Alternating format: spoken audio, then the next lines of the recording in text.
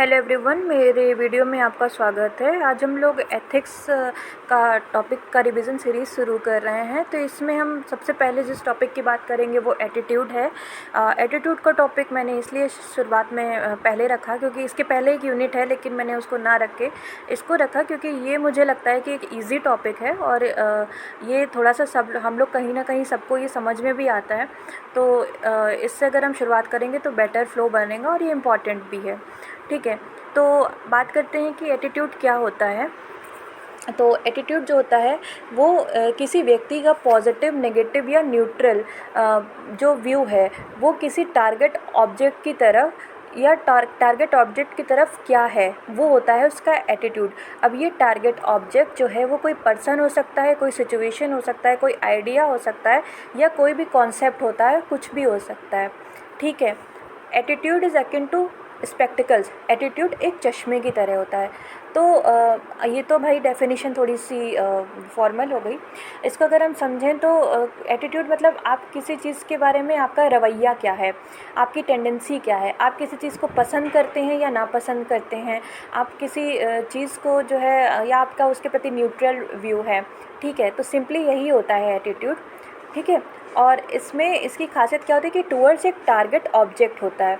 जैसे कि इसको देखें तो सिंपली अगर हम देखें XYZ करके पॉलिटिकल पार्टीज़ होती हैं, तो कोई बोलता है कि हमें फ़लाना पार्टी पसंद है, कोई कहता है हमें फ़लाना पार्टी नहीं पसंद है। तो वो क्या है, वो उनका पॉजिटिव या नेगेटिव एटीट्यूड है टुवर्ड्स दैट पार्टी। ठीक है, तो ये हो गया आपका एटीट्यूड। अब एटीट्यूड का ट्रायडिक मॉडल देखते हैं और हम इसकी कंपोनेंट्स देखते हैं। तो इस ट्रायडिक मॉडल के थ्रू हम इसके कंपोनेंट को समझते हैं। मतलब इस हैवी से नाम पे मत जाइए, बस हम इसके कंपोनेंट को समझते हैं। पहला तो है कि कॉग्निटिव। कॉग्निटिव का मतलब होता है कि एटीट्यूड का वो पार्ट जो हमारे थॉट्स हैं, मतलब हम क्या सोचते हैं किसी चीज़ के बारे में। जैसे कि अगर हम बात करें एक्सरसाइज की, हम यहाँ पे एक्सरसाइज का एग्जांपल लेते हैं और उसके कॉन्टेक्स्ट में तीनों कंपोनेंट्स को देखते हैं। ये ABC मॉडल है, तो ये C वाला पार्ट है कॉग्निटिव। तो कॉग्निटिव में हम देखते हैं जो हमारे थॉट्स होते हैं किसी चीज़ के टुवर्ड्स में। जैसे टुवर्ड्स एक्सरसाइज देखते हैं, मतलब workout.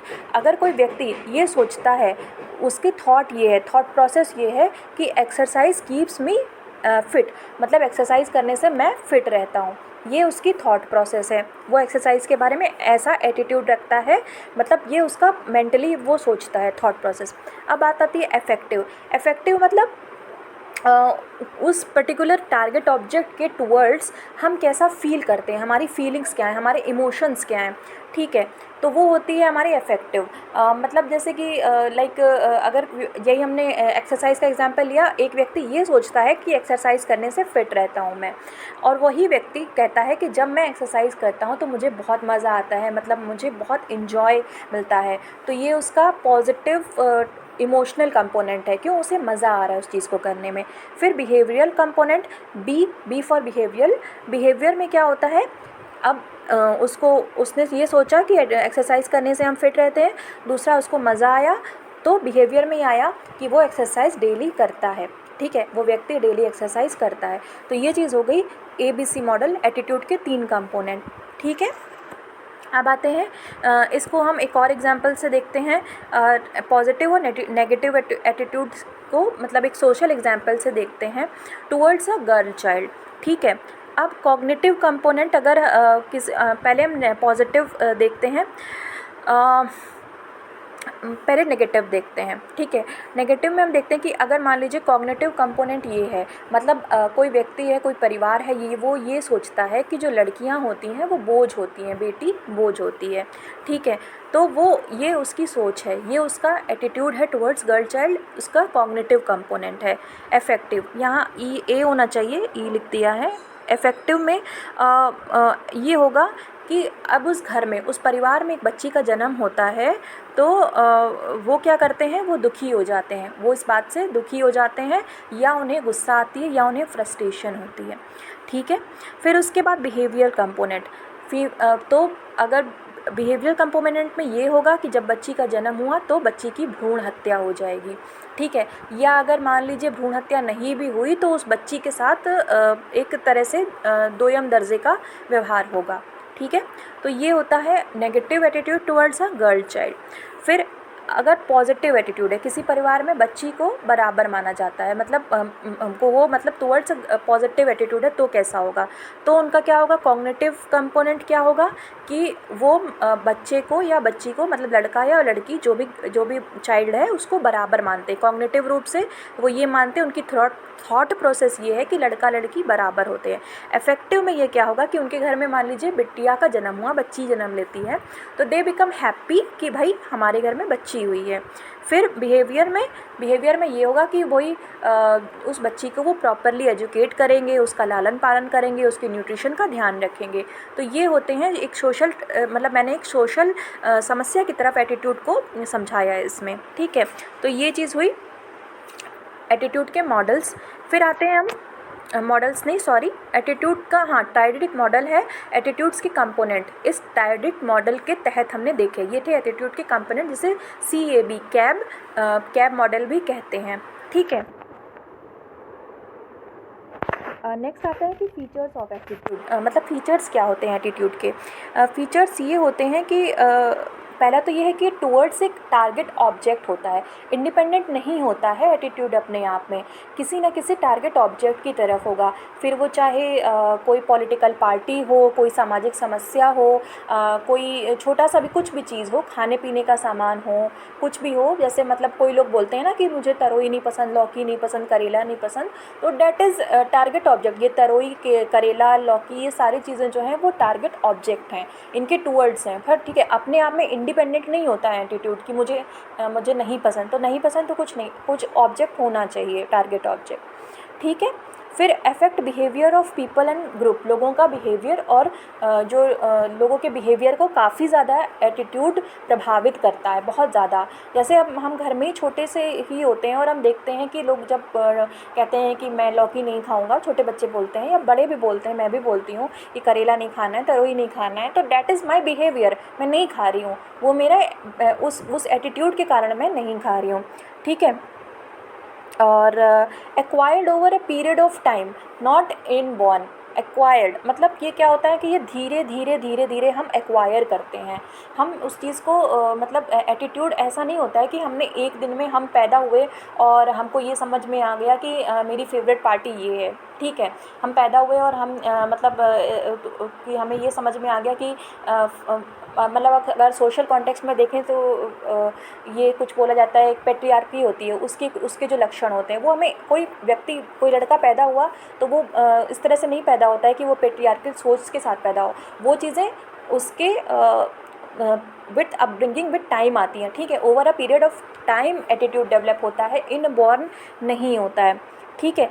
Can be positive, can be negative and can be neutral, positive भी हो सकता है, नेगेटिव भी हो सकता है, न्यूट्रल भी हो सकता है, और कैन बी चेंज, एटीट्यूड जो है वो बदला भी जा सकता है, ठीक है। अब इम्पॉर्टेंस ऑफ एटीट्यूड क्या, मतलब इम्पॉर्टेंट क्या होती है, तो ये देखिए इसका मतलब अगर इंडिविजुअल लाइफ में देखें तो एक व्यक्ति के जीवन में पॉजिटिव एटीट्यूड की क्या इंपॉर्टेंट होती है, यहाँ पे पॉजिटिव एटीट्यूड की बात हो रही है, तो अपनी पोटेंशियल को रियलाइज़ करने के लिए, ठीक है। अगर हम इसका एग्जांपल है, सचिन तेंदुलकर और विनोद कांबली, दोनों में इक्वल ही पोटेंशियल था, ये सब जानते हैं, बट टुवर्ड्स उनका जो एटीट्यूड था, टुवर्ड्स मेहनत करना, टुवर्ड्स काम करना या टुवर्ड्स क्रिकेट में लगे रहना, तो वो सचिन का बेटर था, जबकि दोनों में एप्टीट्यूड इक्वल था। तो बेहतर एटीट्यूड की वजह से सचिन बेहतर अपने पोटेंशियल को रियलाइज़ कर पाए। फिर दूसरा एग्जांपल हम देख सकते हैं कि जैसे महेंद्र सिंह धोनी जी थे, तो ही failed a lot before being selected in the Indian team, तो वो काफ़ी ज़्यादा फेल हुए थे, लेकिन उनका जो एटीट्यूड था वो बहुत पॉजिटिव था कि भाई अल्टीमेटली सेलेक्ट होना है तो वो लगे रहे, ठीक है। फिर आता है कि एटीट्यूड का रोल सिविल सर्विसेज में क्या है, तो देखिए इंटर डिपार्टमेंट कोऑर्डिनेशन,